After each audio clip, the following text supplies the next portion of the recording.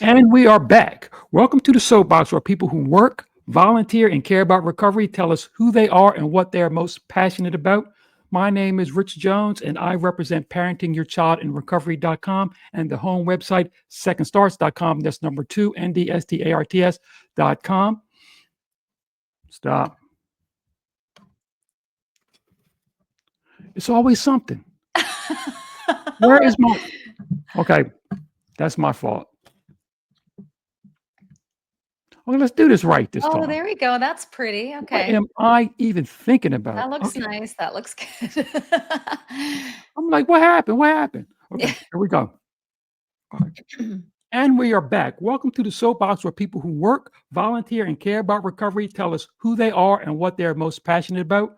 My name is Rich Jones RN, and I represent parentingyourchildinrecovery.com and my home website, secondstarts.com. That's number two, NDSTARTS.com. My special guest today is Stephanie Stevens. Stephanie is a mom, a business owner, and a former TV and radio host who successfully runs an organization helping young adults with autism. So, Yeah. Stephanie, how are you? And it's glad to have you. Thank you so much for coming.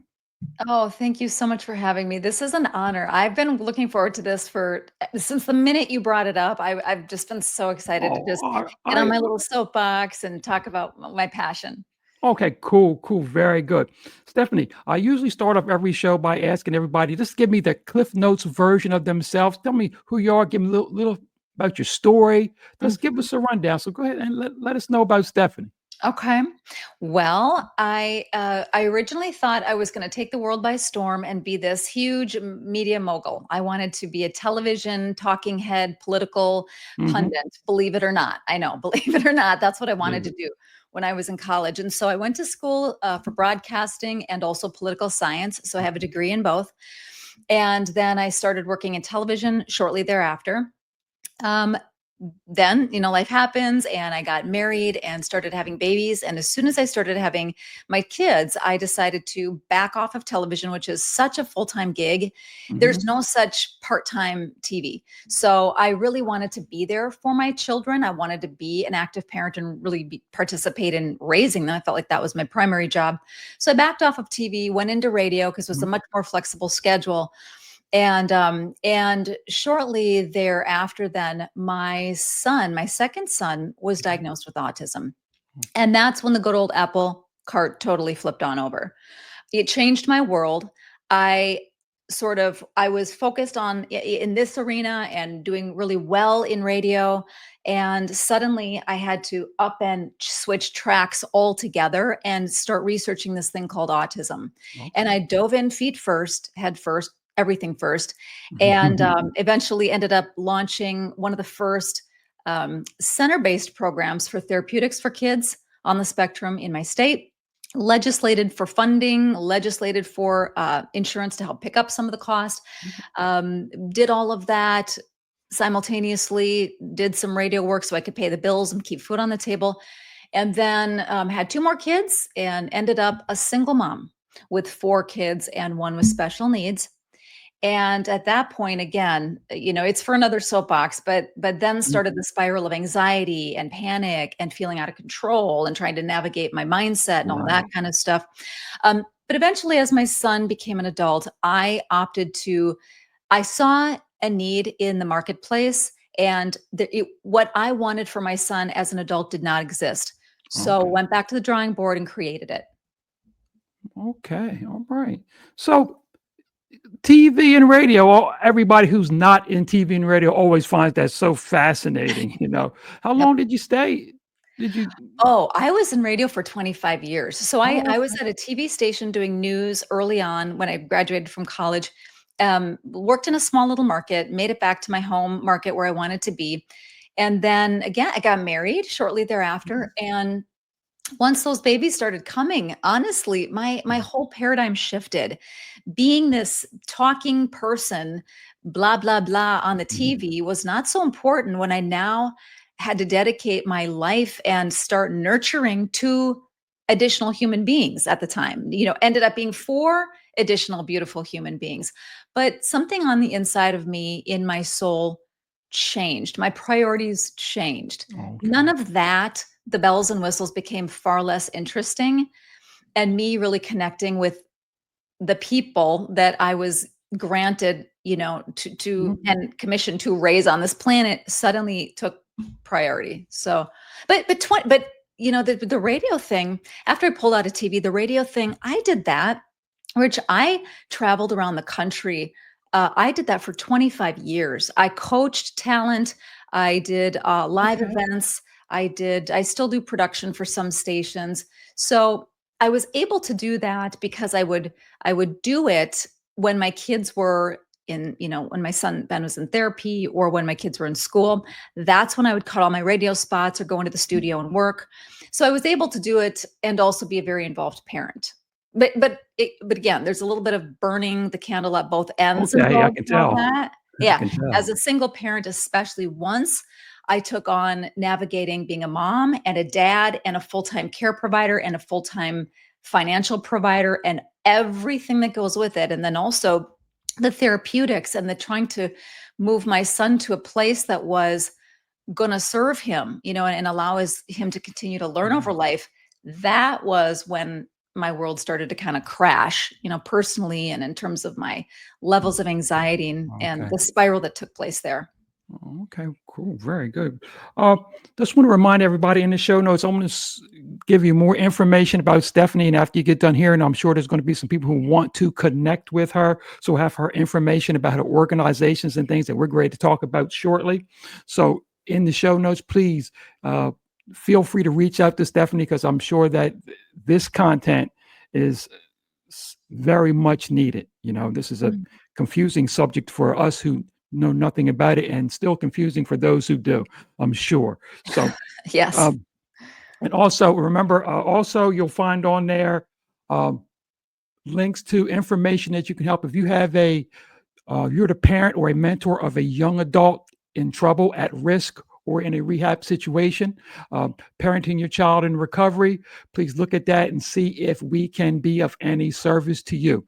So, Stephanie, we're going to move right on because this is my favorite part of the show where I get to put you up on the soapbox. I'm going to hit you with some stuff and I want you to give me your feelings on it. So, Okay.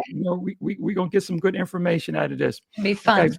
First thing I want to talk to me about the misconceptions in autism. Yeah. What are we not seeing? Oh, such a great question. So, we're not seeing that 40% plus of the population who's on the spectrum have average or above average intelligence. So, a lot of Okay. people think that autism is like an intellectual disability. Okay. It's not, it's a neurological difference in how the brain processes things like language, Mm. especially expressive language. So, it's profound how many young adults I know that I work with who are so incredibly intelligent. And then many of them have another percentage, about 10% have twice exceptional gifts. So they have this phenomenal memory recall or this spatial problem solving gifting or Mhm. perfect pitch. They can sing or play a piece of music. That's more rare, but I think people just don't understand that locked inside of all of the behaviors that you tend to see Mhm. is typically at at least about half the time is somebody who is at least as smart as you are, maybe smarter. Mhm. They just can't function language and navigate that cognitive, those cognitive connections the way we who are so-called neurotypical know how to do. Okay. All right. So that's a big misconception because I think that we are in two groups: the group that knows nothing about it, and the group that thinks that everybody is a savant of some type. Exactly. Like Yeah. Rain Man. You see the movie Rain Man, and that's what Right. you think, it's counting cards and matchsticks. It's not.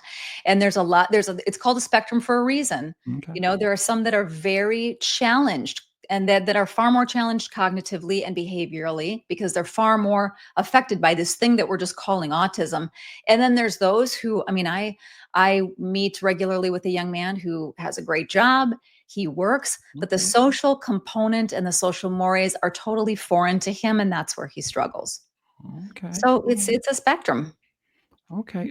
Talk to me about some of the challenges that families who are maybe recently diagnosed with this autism thing.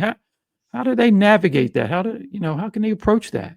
Oh, I tell you, when I was first experiencing jumping onto this journey, it felt like trying to drink out of a fire hose. There was so much to know so quickly, so many options, and so many discombobulated things that I was supposed to all be knowing and paying attention to. And I didn't even know what this autism really was, Right. but yet felt a lot of pressure to get my son into early intervention therapy very, very quickly because I was told back then, this is the mid 90s now, we were told that if you didn't get your child to a certain spot cognitively by the age of 7, their neural pathways were going to close down and they were not going to be able to learn anymore. In other words, you had this little window of time to get all Okay. this learning in. And we panicked. We panicked. So we were paying therapists out of pocket and putting groceries on credit cards. We were just panicked to get as much of this therapy under our belts as possible to give our son every opportunity in life to reach his full potential.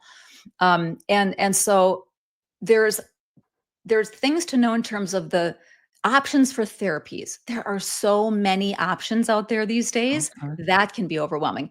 Okay. Then there's the how do you pay for the funding?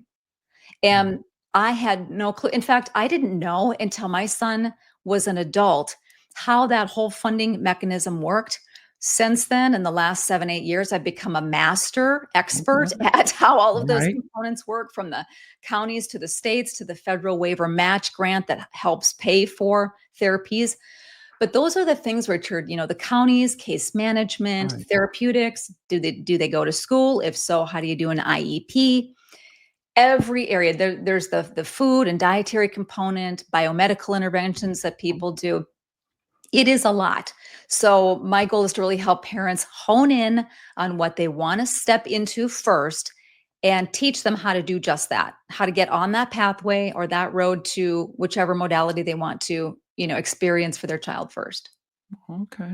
It's All so right. overwhelming. If I had somebody like me back then, my life would have been much easier. Oh, But okay. I've And been through it now. that's key. Yeah. That's key. That's key. From childhood So to adult, I've spanned every single season, all of the transitions, all of the different well, even legal guardianship, which is something I didn't even know existed when he was a child. Suddenly he turns 18 and the county's knocking on my door about legal guardianship. So having to navigate that paperwork and file to be able to continue to parent my own son. right. Crazy. So there's lots. There's lots. Wow. Mhm. Wow. Talk to me about how how families should handle support and unity and getting together because it has to be overwhelming. Yeah. How do you Yes. navigate getting support or Yeah, getting help? it is overwhelming. There are things like Facebook groups out there. I created Spectrum Nation because I jumped into a lot of Facebook groups. However, I didn't find real solutions. I found a lot of venting, which is Mhm. important. Got to vent, got to come Right. together and connect on those similarities or the things that offer us challenges in parenting. But I didn't find anything that I felt was very proactive, where parents wanted to get together to learn how to advocate, learn how to help their child reach their full potential, and then really, vent and share, but also how can we take that now and turn it into something that we can do about it? What's Right. the end game to the thing we're venting about? Is there a way to get greater uh, support? Is there a way to get greater learning for our child? That's why I created Spectrum Nation. I do believe it's imperative that parents like us come together. Mhm. We need each other. I can't tell you, Rich, how many creative business owners, people who are starting foundations. I've got a mom who's helping her son write a book series. He's 35, he's Mhm. blind and has autism. There are brilliant parents out there that have a passion and have so many gifts and talents, and they put it all on the back burner to be a full-time care provider. I want to tap into that. I want them to come to the forefront with their gifts and talents, be exceptional, elevate their lives, empower their child, and change the world. We got to Okay. do it together. Parents need to Okay. come together to do it. Okay. Good. Um, Something you mentioned, how parents can maintain their identity throughout this, Yeah, and it's gotta be extremely important because it's easy to get lost in anything, especially something so serious as this. it is. And I see So many parents just drift off into the background because we, by nature, we want the best for our child. Mhm. So we are giving. And remember, Rich, the other thing is when you're a parent with a child, you move through adulthood and you watch all of the other parents say goodbye to their kids. Off to Mhm. college they go, off to a Right. job they go. We don't age out of parenting. I still make 3 meals for my son. Mhm. I do his the laundry. I transport him everywhere he needs to go. He requires 24-hour supervision. I'm Mhm. his care provider. So, I'm not retired in the sense of, I'm sipping Mai Tais on the beach somewhere. If I do that, I'm gonna do it with my son. Right. He's going to be with me. But that's something that I think most people don't understand about parents like us. It is an ongoing job. It is a gift and a blessing to do it, but it requires a very specific mindset, and we can't lose ourselves. Because that will lead to resentment. And if you're Right. going to have an Right. amicable, beautiful relationship with your child and make a real impact, live out your calling in this life. I believe everyone has giftings and callings. Mhm. If we forfeit that at the behest of constantly just being care provider, we haven't served the people that we are supposed to influence, including that child or children with autism. The better we are, the more we can empower them. I believe that. And I want to get parents out of this default mode of just sitting back and okay, well, now we're going here. And I'm doing another IEP meeting. I'm doing another case management meeting. Yeah, that's part of it, but that shouldn't be the paramount reason that you are on this planet. It's Right. one of the most important, but it's not all. It's not the only reason. We gotta get Yes. them motivated to live out their gifts, start their own businesses, start their own foundations, write Okay. their own books, tell their stories. Okay. That's very interesting. Thank you so much for that. Listen, again, I want to remind everybody in the show notes, we're going to give you some information on how you can get in touch with Stephanie and her organizations and all the different things she's doing. It's extremely important again. And also remember that if you have a young adult between 17 and 24 years old and they're heading in the wrong direction, you need a non-clinical addition to that, parentingyourchildinrecovery.com. So, Stephanie, I want to move on now to projects. I want to talk about, we got them in line here. Talk to me first about the school community. You mentioned that before, but tell me more about that so people understand what's available. Sure. So, backing up just a second, I have an organization that provides day support services, Okay. community support based services for young adults with autism and related conditions. Okay. So, not just autism, but we have 4 locations now. Okay. And I've been doing this now for almost 8 years. I think we opened the doors of our first location in October of 2017. Is that right? No, sorry, 2018. Okay. 2018. So we grew very quickly. We provide services for many, many young adults in the area. And because I've got a fantastic team, and because these amazing young adults who are in our program are thriving and doing well, this year's something's really shifted for me. I have felt Okay. very, very guided in the direction of now focusing on parents. So I had been focusing Okay. on the individuals with autism for decades. Now there's just something in me that wants to come alongside, link arms with parents, and really give them the support they need. And as I mentioned, help tap into their gifts, talents, and help them launch whatever their passion is, whatever they can do to live out their calling and full potential here as well. Okay. So that organization exists and is going well. The school community is a place where we're doing live Zoom calls, Q&As, and real talk connects, talking about things, and then being solution driven, sharing ideas with each other, sharing concepts, sharing what we would like to see in services, what we think we'd like to see legislatively. This is a Okay. powerful place for parents to be and really connect and talk to each other, a place where the people are like-minded. I post content there. I've got a free course there for any parent Okay. who's That's important. newly diagnosed. It's an A to Z on the first steps you need to take right after the diagnosis. And that's Okay. free. That's uploaded in the classroom portion of that school community. That's excellent. Now, when you talk about the locations, physical locations, how do you get that information out so people know that that service is even there? Where is it? How do you do that? Yeah. Well, it's centrally located in the state I live. Mhm. But, so we've got a website, and I do Okay. post some things to social media. That website is ultimatesustainability.com. Oh, I I mean, have if you that go one. to yeah, if you go to Spectrum Nation, if you go to spectrumnation.org, you'll find everything you need. I can link up with anybody who's interested in what I'm doing on the service end there. Okay. But the spectrumnation.org is where you're going to find the school community, and you're going to find access to me. And if you want to know, if you're not in the same state I am, and you're in a different state and you want to know how to create something like what I've created here, I am delighted to guide anybody through that process. That's great. Yeah, That's great. where Well, it's man, needed. Rich, 1 in 31 kids these days are being diagnosed with autism. 1 in 31 wow. as of this year. That is profound.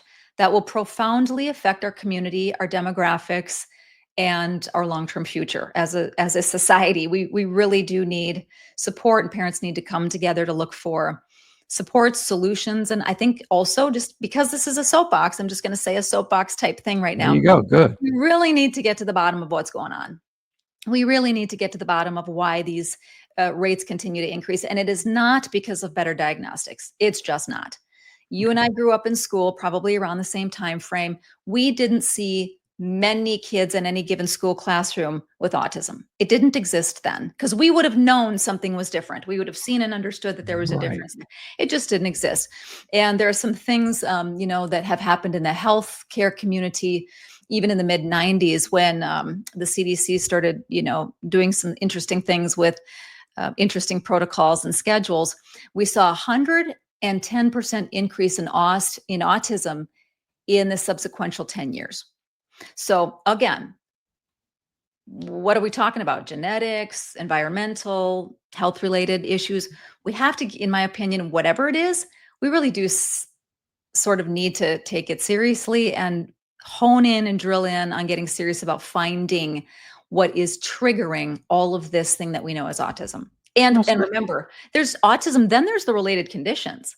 Oh, And that's a whole additional portion of the population that's okay. got either cognitive delay or a learning disability or ADD, ADHD, or Down syndrome, or something that is requiring full-time support.